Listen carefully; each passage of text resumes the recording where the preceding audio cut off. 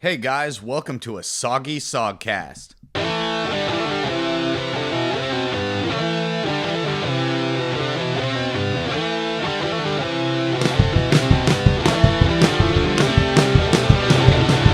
Hello everybody, welcome back to the Sogcast. I'm Patrick. I'm Matt. I'm Garrett. I'm Nate.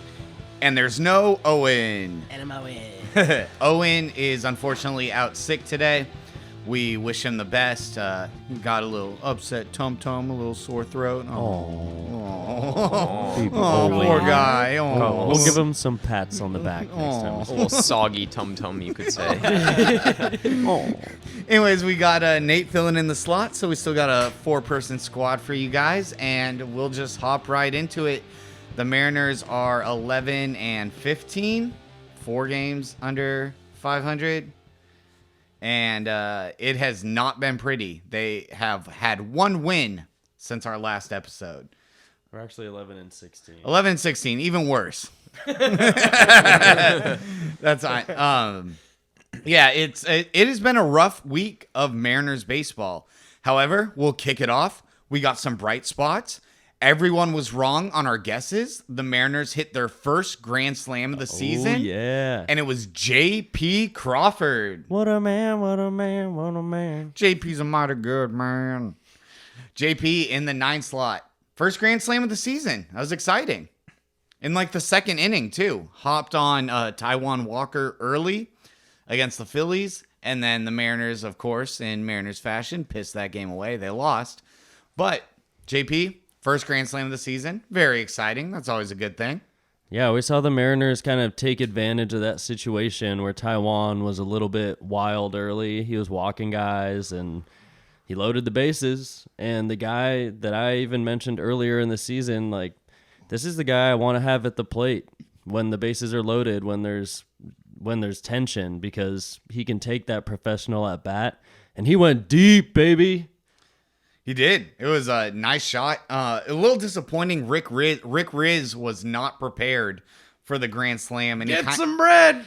It's some bread and it's sandwich time salami grand slam. Get out the bread. Let's make a sandwich. Wasn't the best on that. He wasn't ready for it. Wasn't ready. He was not expecting a JP slam. We'll let that slide because Rick Rizz is a Hall of Fame announcer. He's been doing it a long time. And he loves the Mariners, and no one bats 1,000. So what are you gonna do? But the call was a little fumbled. I mean, we were in the group chat, one being like, "No way, JP," and then also, "Oh, Rizz kind of fumbled that one." I love Rick Rizz. Oh, of course, friend of the pod. I don't Much fault him love. at all. He's the best. Another exciting moment. Oh, kind of exciting for them. Both George Kirby and Easton McGee. Easton McGee. Both pitched absolute gems. George Kirby pitched the first complete game of his career and did a Maddox. It was a complete game under 100 pitches. He only threw 89 pitches for his complete game. 7 strikeouts, 1 walk, 4 hits. 4 hits, but he made the crucial mistake of giving up 1 earned run, and the Mariners lost 1-0. First complete game for George Kirby. Dominant performance.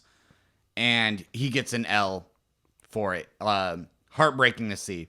It was really rough. What a dominant start by George Kirby. And I can't even imagine how frustrated you've got to be. Like, especially, he didn't get pulled and then a reliever came in and maybe let in a run or something. He gave up 1 run in 8 innings of dominant ball, and he gets nothing for it except a loss. And Hold the this love L, of a... dude. Yeah, hold this. Firmly Lord. grasp it. L. Lorge. Kirby. Terrible. Dude, that sucks. Good job, Bats. Way to pull through for your boy. Yeah, I will say the one thing the Mariners can do right now is pitch. We have a lot of good pitching, and I love seeing that. It just hurts more when it's on the back of something like a George Kirby complete game, on the back of, maybe Logan going deep in a game and striking out a bunch of guys, and we lose by 1. There's all these 1-run games right now when our expectations are high for our team coming off of the end of last season, thinking that we're going to come out hot. We're going to come out and show the league what we're all about. But in classic Mariners fashion, here we are stumbling through April. hoping that in May things can turn around, learning that our team can't hit the ball at all, but we have all this talent. And we're sitting here like, when are things going to start coming together? When is the product going to be built? Because it's just in pieces on the field right now. And one thing about the one-run losses, so the Mariners in 2021 and then last year in 2022 when they made the playoffs and ended the drought, for those 2 years, they led all of baseball in one-run wins. They nickel and dimed those wins, and they were able to scrape out all of these like just barely winning by one run. And a lot of people were like, oh, it's not sustainable, especially after the 2021 season. They were like, those one-run wins aren't sustainable. And then in 2022, they did it again. And so we're like, oh, maybe that's just the Mariners thing. They win by one run, and it is sustainable. However, the shoe always has to drop, and it is dropping this year. I mean, what wasn't it like 4 of our last 5 losses have all been by one run? Yes, sir. And so now we're seeing the other side of it. And, what we thought was kind of the Mariners gimmick is, oh, that's their thing, is now just turning out, no, it's not sustainable. They just managed to run with it longer than they should have. But now we're on the other side of it, and we're losing these one-run games. And, it's different if you lose 7-6, but when you're losing 1-0, especially today against the Blue Jays, 1-0 in 10 innings. They went to extra innings and they couldn't manage to formulate one damn run. It's just like, come on, guys. Yeah, like I was saying, the one thing we can do is pitch. And I love that we're doing it against some teams like the Blue Jays and like the Cardinals, teams that can really pack a punch. The Blue Jays are second in hits and second in batting average, only to the outlier Tampa Bay Rays right now. And to prove that we can have a guy like Easton McGee come out of AAA and fill the spot of Chris Flexen, who's been really struggling, like is something that we can hang our hat on. I mentioned in the last pod that maybe we will do something like that, like bring a guy up from AAA, give him a shot, and show the Blue Jays a guy they've never seen before.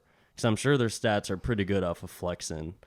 And, Easton McGee, he went 6+, no hit. 6 2/3 today. Yeah. He gave up 1 hit. The Blue Jays overall scored 1 run on 3 hits. The Mariners couldn't score in extra innings even when there was a runner on second base to start the inning. So, I don't know. I mean, that's a really rough 1-run loss. We wanted to steal that first game while we had Luis Castillo on the mound against Alek Manoah, because Manoah's been walking a lot of guys this year. We didn't take advantage of that. We had opportunities to do that. He gave us opportunities to take advantage of, and we couldn't do it. And we lost by 1 run, 3-2.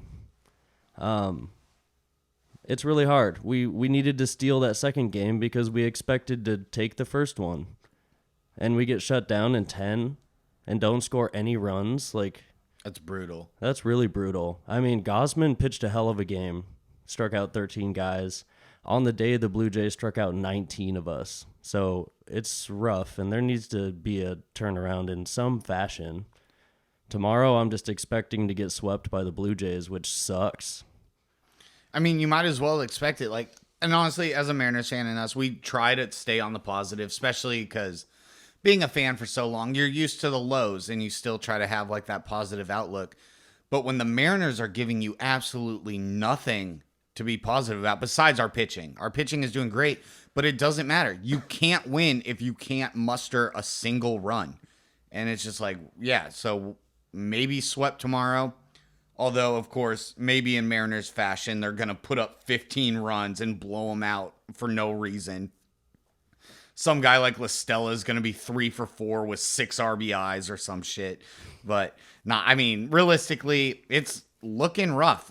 The only bright side we have ahead of us is we are going up against the A's, so we can kind of salvage the road trip, hopefully.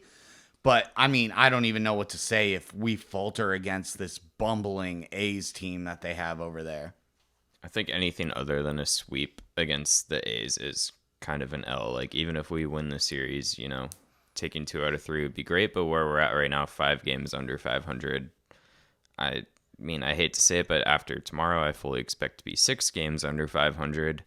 I mean, anything less than 3 of 3 against the A's would be kind of painful. They only have 5 wins on the season, so even 1 win against the A's is still doing better than we've been doing, which is fucking bad. It's bad. point. It's hard out there, and we do try to keep a positive outlook, and especially because we want you guys as listeners and as fans to not get downtrodden on the Mariners either, especially when so many other people are quick to kind of throw in the towel and just be like, oh, this team is obviously garbage. We like to keep the more positive outlook, but we also have to be realistic. And if shit doesn't start to change really soon, there's just not a lot to be happy about. On that note, let's get soggy again. It's real soggy in here. Robbie Ray is out for the season. We've now learned. Last week we were thinking maybe it's still a month out. We're kind of seeing and waiting on the trajectory of the return of Robbie Ray in May, maybe June. And we learned that it's the entire season. So it's kind of been a bummer on top of these losses to hear that too. And I mean, at least our team's pitching well, so it's not the biggest loss. We'll see what happens with Robbie Ray, if he can ever pitch for the Mariners again. I don't know. He kind of did the James Paxton on us. So At least James Paxton is continuing to James Paxton for the Red Sox now. Oh, wow. He's been on the Red Sox for 2-3 years, and I think he's pitched in 1 game. So let's hope that doesn't happen, but we've been burned before. A few times.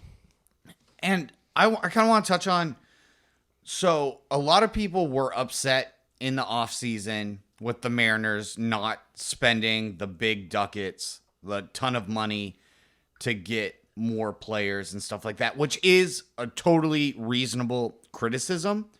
However, you never know how it's going to play out.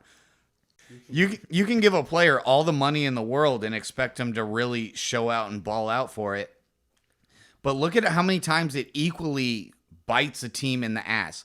Look at Javi Baez on the Detroit Tigers, who is one of the worst players in baseball, and he has a $140, $200 million contract.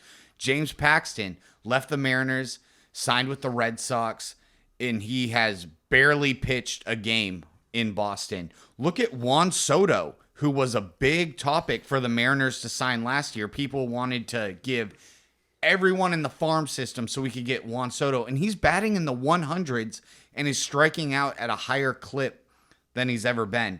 And I'm not saying the Mariners shouldn't have spent or are okay with not spending money. Obviously, they needed to bolster up our DH position because right now it is a crapshoot. But I'm just saying, you just because you throw money at someone doesn't mean they're going to perform. And we're looking at this with Ray. We gave him a 5-year deal. Was really thinking that he was going to come through for us, and now he's hurt, which isn't his fault, but still, you don't know how it's going to play out. Yeah, contracts are crazy. I mean, looking back, we signed Colton Wong, right, to try to shore up our second base spot. Adam Frazier's doing way better than Wong was.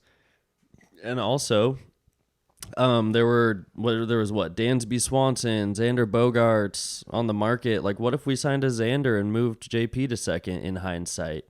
Hindsight's 2020, but Always.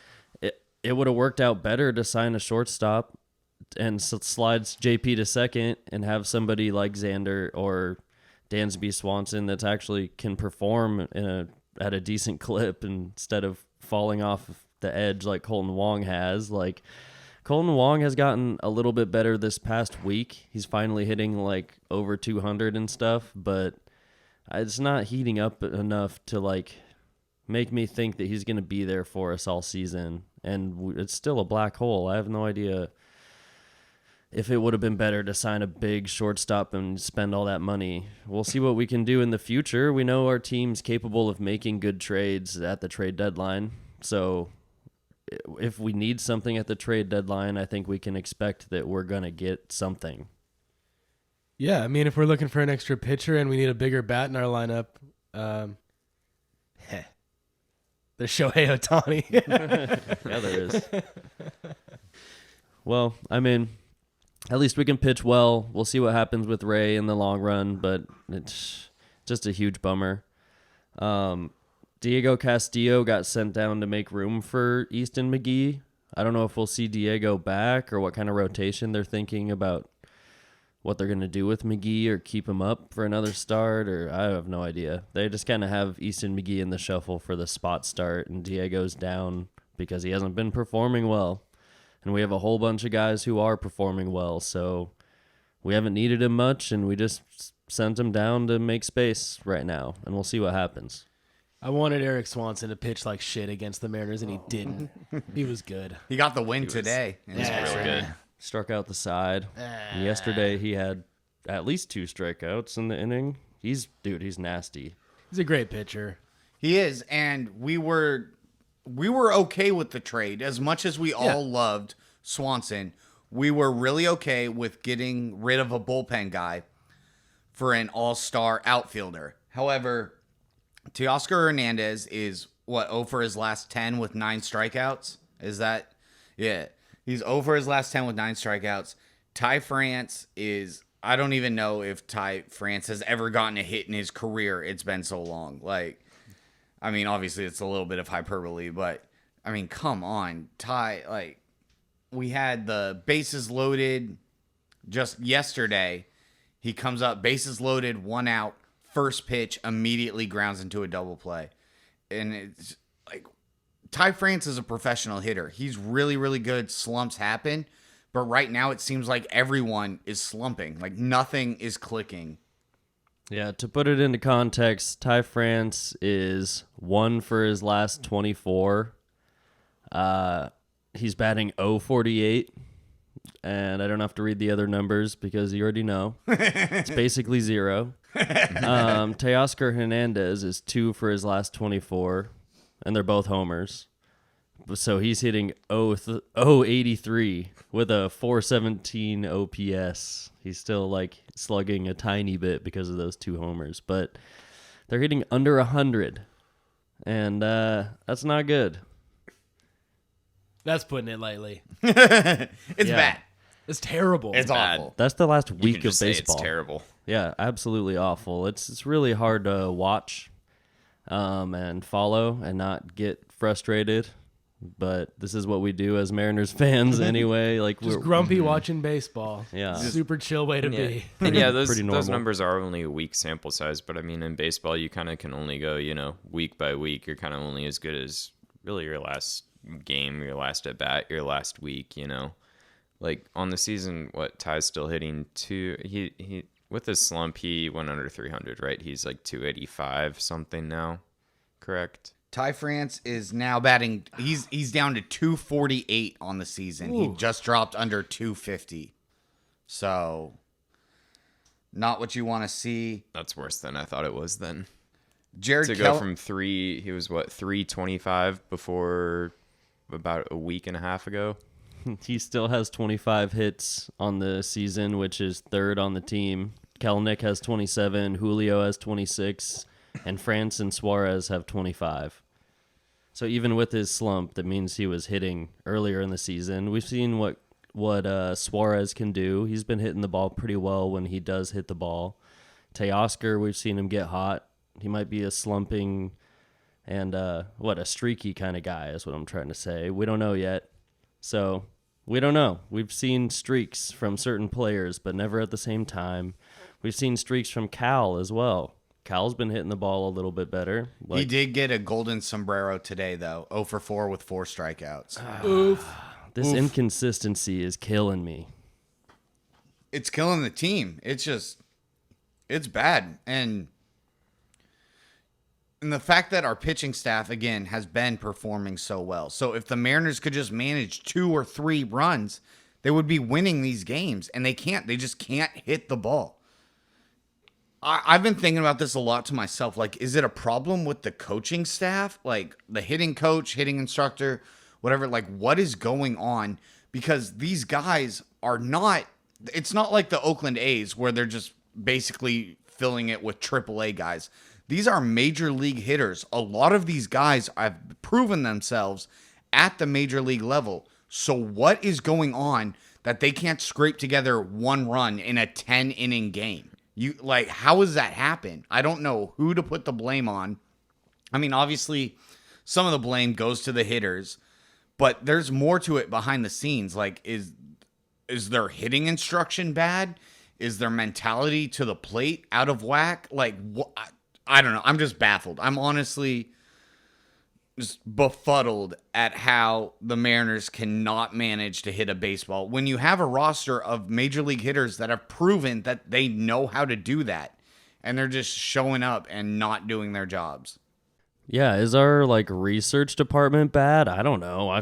This seems like the Mariners are doing Mariners things regardless of who's on the roster. So, I mean, is there something else to blame behind the scenes? We can speculate. I want to try to put a semi-positive spin on this slide. I think it's something that could be fixable. I think it's the strikeouts that are killing us right now, especially with guys on base. In 3 of our last 4 losses, let's see, today the 19 strikeouts. Woof. And then we had 17 strikeouts and 14 strikeouts in 3 of our last 4 losses. And that's over the course of 27 outs. That's over half of your at-bats you're just giving away unproductively, especially with guys on base. I don't have the numbers for our strikeouts with guys on base right now. Maybe Matt can pull that up. But yeah, even with nobody on base, I mean, shit, half of your at-bats in the game are just unproductive. At least, maybe get a guy on first or second, fly out to right. Maybe he can move up to third at least, or do something. These strikeouts, I feel are hopefully a fixable issue, because if they continue, I mean, then I don't really know what's wrong with our team. And to Patrick's point, I don't know who to put the blame on at that point. But you cannot, at the major league level, piss away 50% of your at-bats per game. We've had one productive strikeout this year when Teoscar took first on a strikeout. Yeah, on the drop. Otherwise, they're all useless outs. They're not. They don't move a runner. They don't. They don't do anything. So, yeah, you're right. I mean, with men on in general, the Mariners have 78 hits and 100 strikeouts. So they're striking out more than they get hits with men on in general. With runners in scoring position, 51 hits and 53 strikeouts. So that's a bright spot too, where it's at least even. But with nobody on base, 114 hits, 149 strikeouts. And that's, pretty big disparity there. And that doesn't help at all. You at least need to hit the ball to get on base. And then you need to move the runners to score runs. Hard to get guys in scoring, but even if we're only striking out, 50 times on the season with guys in scoring position, it's how do you get in scoring position if 150 something of the times you lead off the inning with a strikeout, or with nobody on base you strike out? You don't even give yourself a single chance. Yeah, low rate of getting on base and a low rate of moving them around and scoring them is not a good way to win games. It's not a good formula. And, with you reading those numbers off right now, that even leads me more so to believe that a problem has to be in our coaching department. Because how are you striking out that much with even, no runners on? You should be more lax. You don't even have to, hit the ball to a specific part of the field. For example, if there's a runner on third and there's 1 or 0 outs, you're going to focus on hitting the ball to the right side, preferably, or something in the air to try to get that run in. So your at-bat kind of changes with where you're focused on to look for a pitch and where you want to place it. But if you're up there with no one on base, you have a clean slate. How are we striking out so much? They have to be looking for something different. Their coaches have to be, it has to be a bad coaching mentality, the information they're being told of how they should handle these at-bats. I don't know if it's under-coaching, over-coaching, but I mean, Jesus Christ, how is, like, it's mind-blowing. How is this happening? How are they not doing better? What is going wrong when they approach the plate? Like, what is going through their head? What has the coaches told them to handle this random at-bat with, one out and no one on? Why are they striking out so damn much? Yeah, you're right. It's a mindset problem, It kind of seems like they're letting everyone do their own thing, like attack in your own way. Work, do what you do, guy. Be yourself out there. And I think maybe they just need to get together and form a team approach to how they attack a pitcher, how they move runners around, like things that happen no matter who's at bat, that like there's always a goal. And no matter who's batting, this is the goal. There's always priorities as a team. That's always how we played ball. Some guys would try to do their own thing, but then make a mistake and get chewed out later. And it seems like they're just kind of letting everyone have their own approach and work that way. But I think they need to work from a wholesome team approach. And when someone gets hot, let them run off and do their thing, and let them come back down to earth and join the whole team again, the whole blob of what's happening. That they need to be a cohesive bunch, but they're just, like I said earlier, they're just kind of scattered pieces. It's not a cohesive approach. It's hard to watch. And something going off of that with you and like the team aspect and like everyone out for themselves and stuff. One of the things that we've really gave the Mariners praises for, especially last year, was how much fun they were having and how they looked like they were having a good time as a team. And they were winning, and last year, especially with making the playoffs and ending the drought, it seemed like they had that next man up mentality where, okay, Julio or Ty France had a bad game, and what do you know, Sam Haggerty of all people comes in and hits a pinch hit home run against the Yankees to tie it up in New York. That's just a random play that happened last year, but they were clicking as a unit, and you see this all the time across any sport.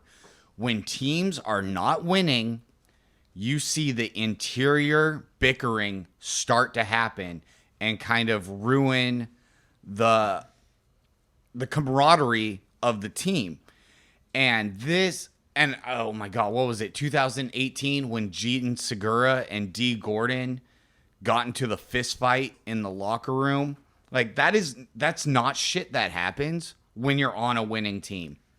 And the vibes are, people aren't meshing. The players don't look like they're having fun, which to one side, I'll give them credit. You shouldn't have fun when you're losing. You shouldn't be like happy-go-lucky. Oh yeah, we dropped another one, whatever, all smiles. So yeah, you should have that competitive edge where you want to win. But also when no one's performing and you see the interior bickering, it's doing nothing but detrimental to the team. And we just need vibes to be better. Yeah, I mean, one of the philosophies I buy into the biggest is, like, winning does really solve and cure everything. Like, I think at this point it's going to take us some weird kind of quirky wins, just win a few ball games in a row, go on like a weird 5-game win streak, weird stuff happens. We have a walk-off hit. Walk off on a wild pitch or something crazy, get some momentum, get the vibes back going again, like Patrick was saying. I mean, that's what we started to get into when we went on that 14-game heater last year. And, sometimes all it takes is, like a weird series win. It doesn't matter if it's pretty. I'll take the ugliest, like, 3-game sweep, little quick 4-game win streak, whatever gets us back on track, get the guys feeling good and loose again, realizing that we can win ball games. I don't see any reason this team shouldn't be a winning ball club right now. And another memory from last year. Remember how good vibes only felt? Remember when Electric Factory was a real thing? Mm-hmm.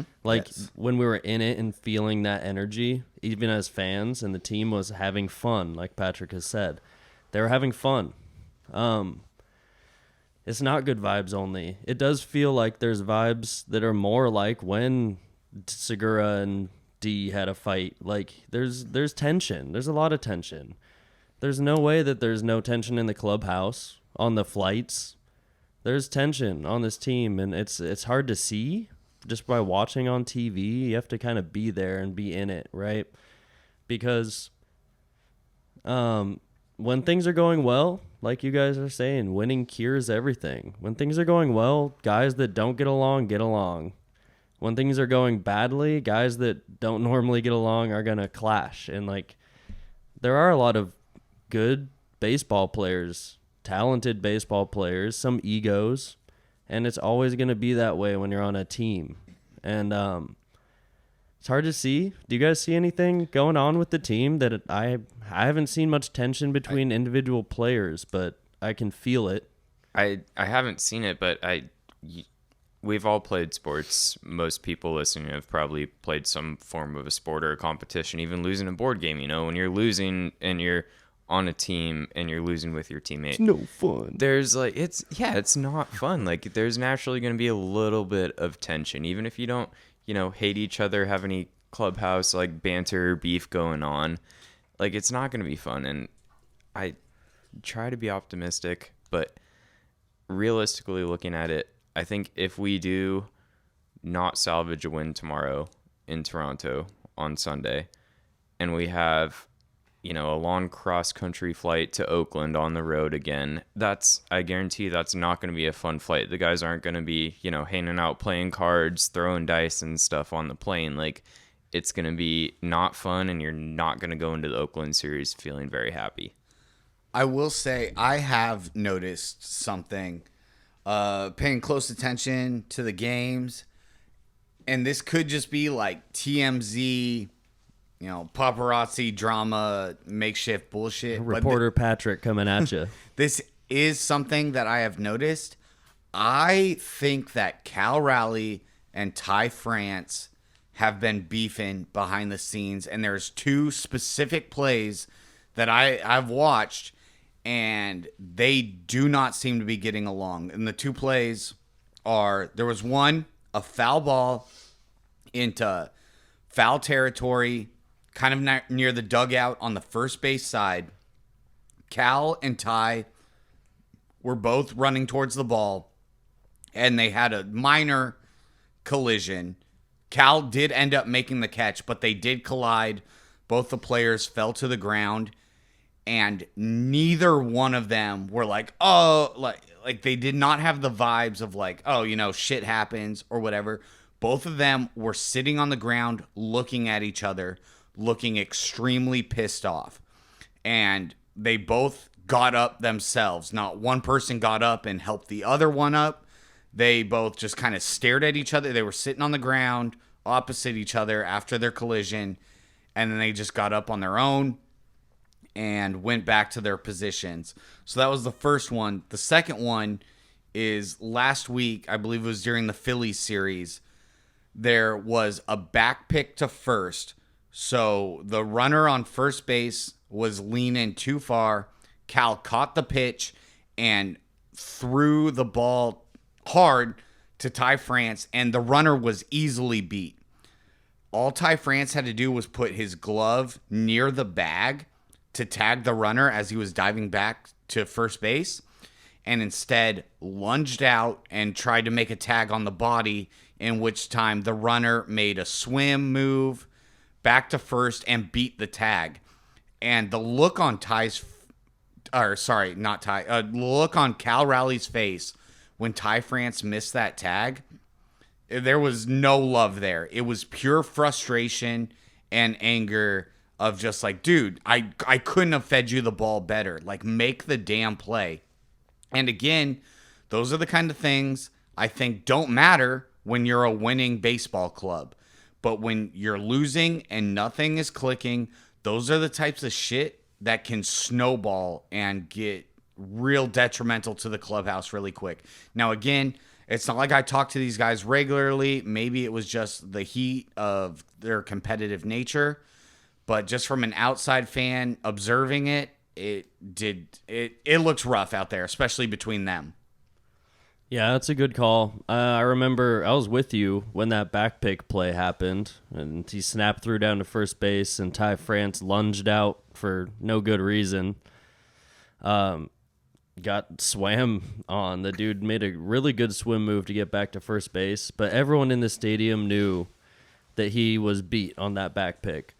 And yeah, the look on Cal's face was stone cold, man. Like there was no empathy at all. Just like, hey, we did everything right until what happened, Ty. Like, hey.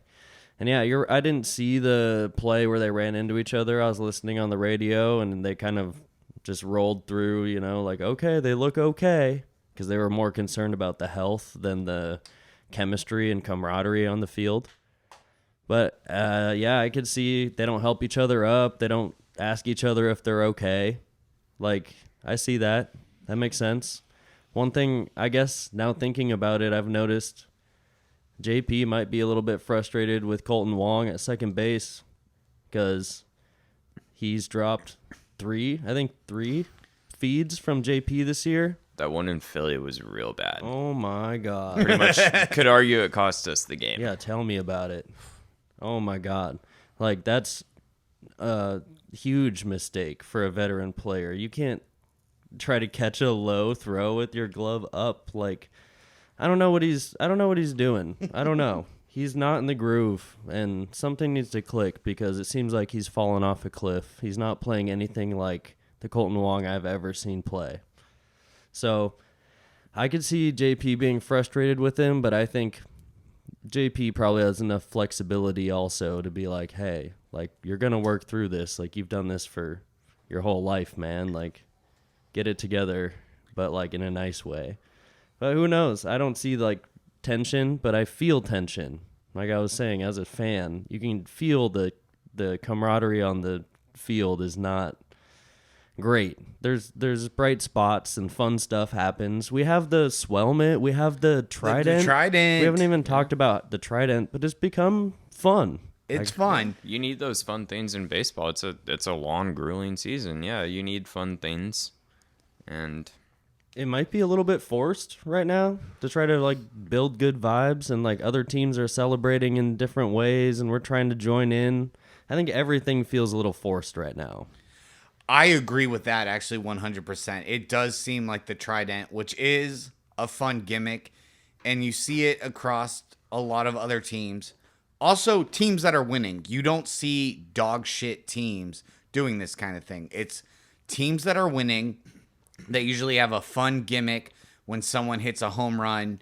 I think the Red Sox a couple years ago, when they were better, they did like this fun like shopping cart thing where they would like push the person down the dugout in a shopping cart.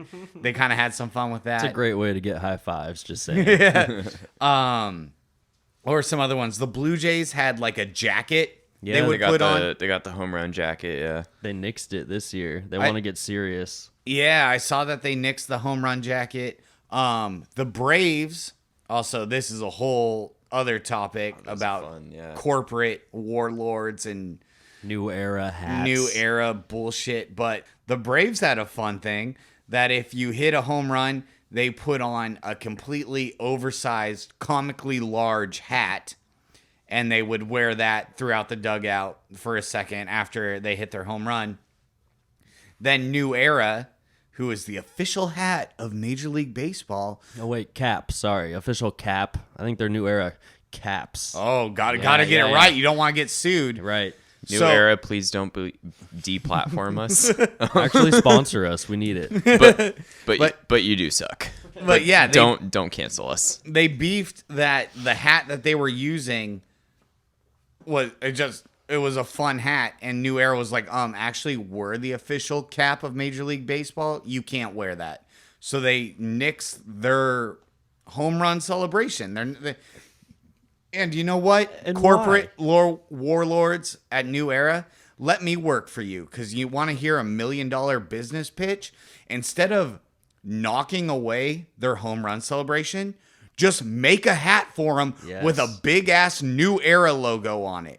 If that's what you want to do, then you get even more. Instead, you just want to shut it down and Ugh. Yeah, just slap a fat New Era sticker on the side and call it good. Like, come on. And that's even more. And then it's like a fun like gimmick thing. You could use it for Instagram and Twitter, and you could always hashtag the New Era part of it. But these.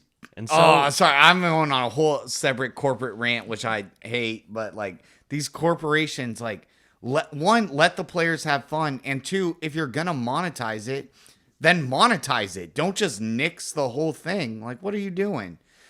But I digress. Teams do have these fun celebrations when they hit home runs. And the Mariners have now, they had the swell mitt that they've kind of used in the past. But it's now pretty cool. It's is fun. It's fun. And the Trident is a new thing, and it's big.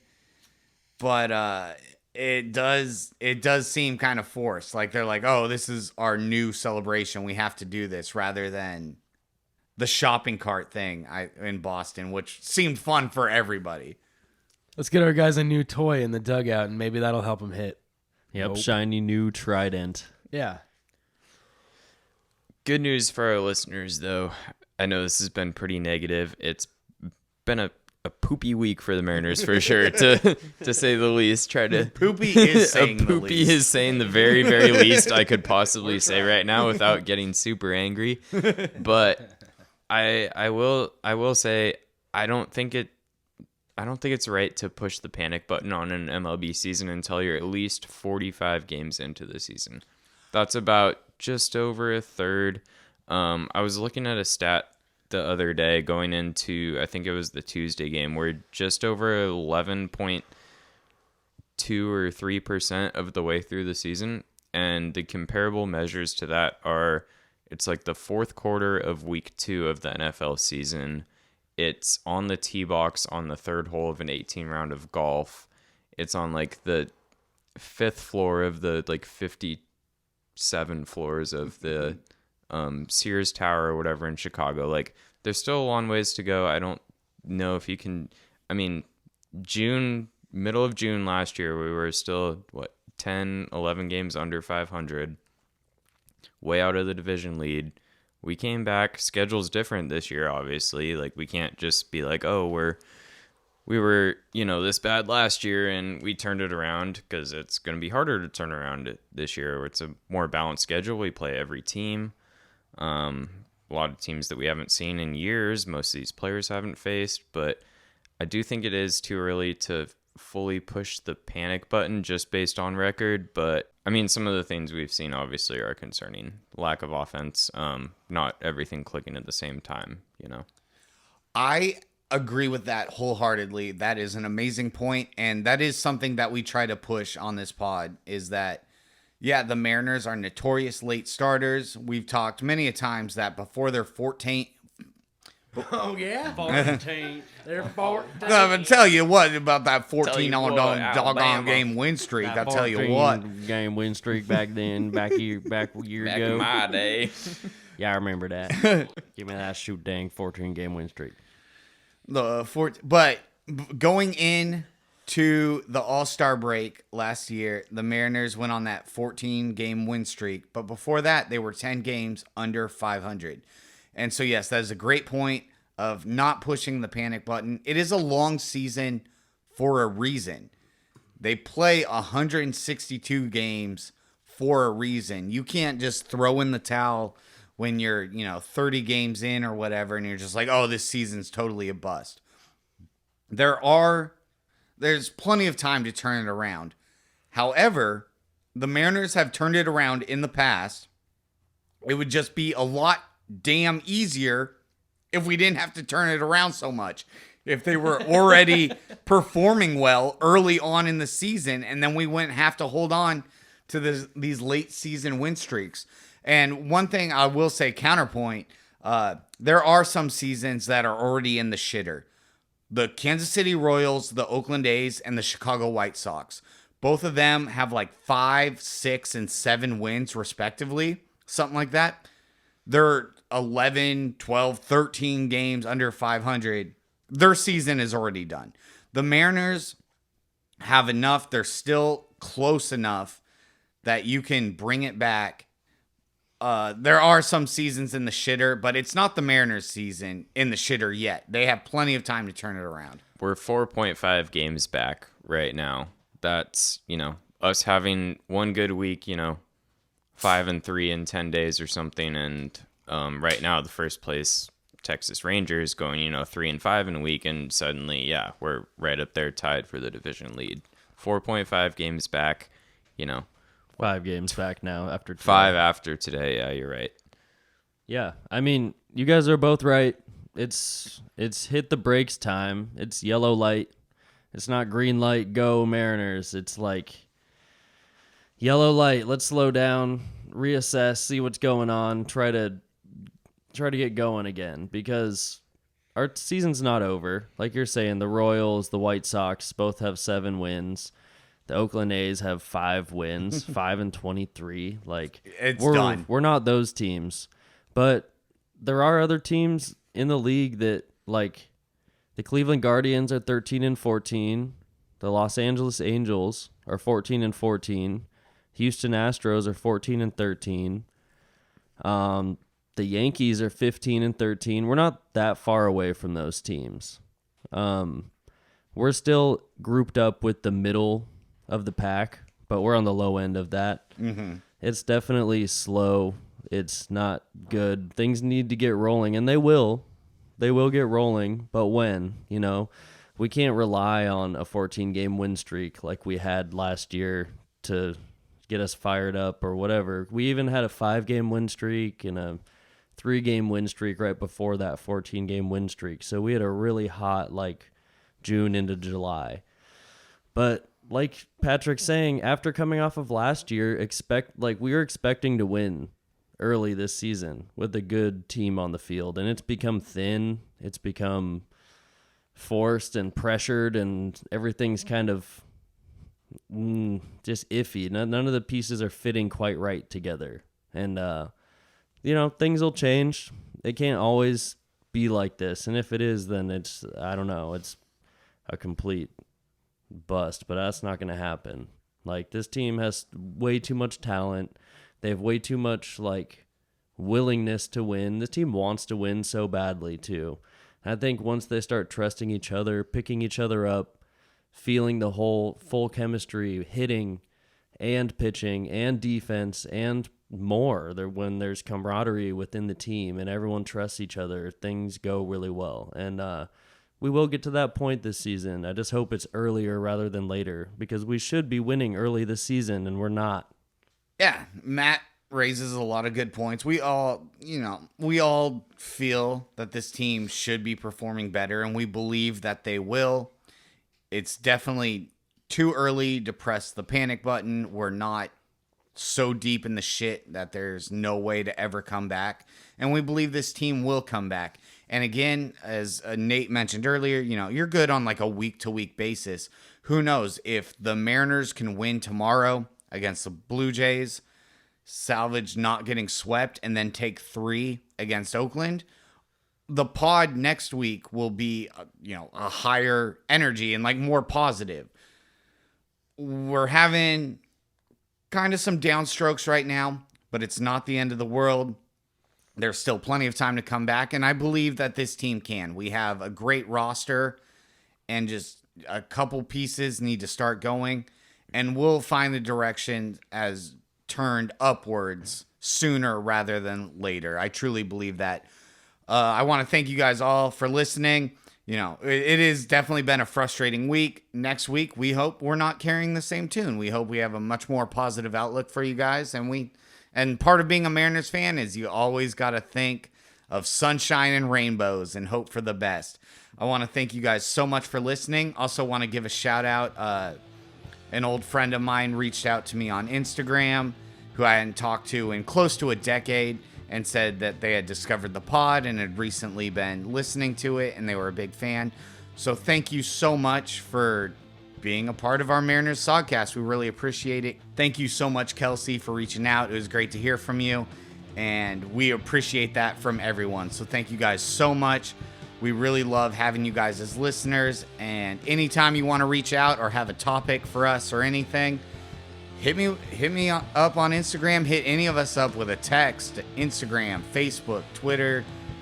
We're all over the place. Feel free to reach out. Thank you so much. We really appreciate it. And we'll be back next week with more positive Mariners news for you guys. And go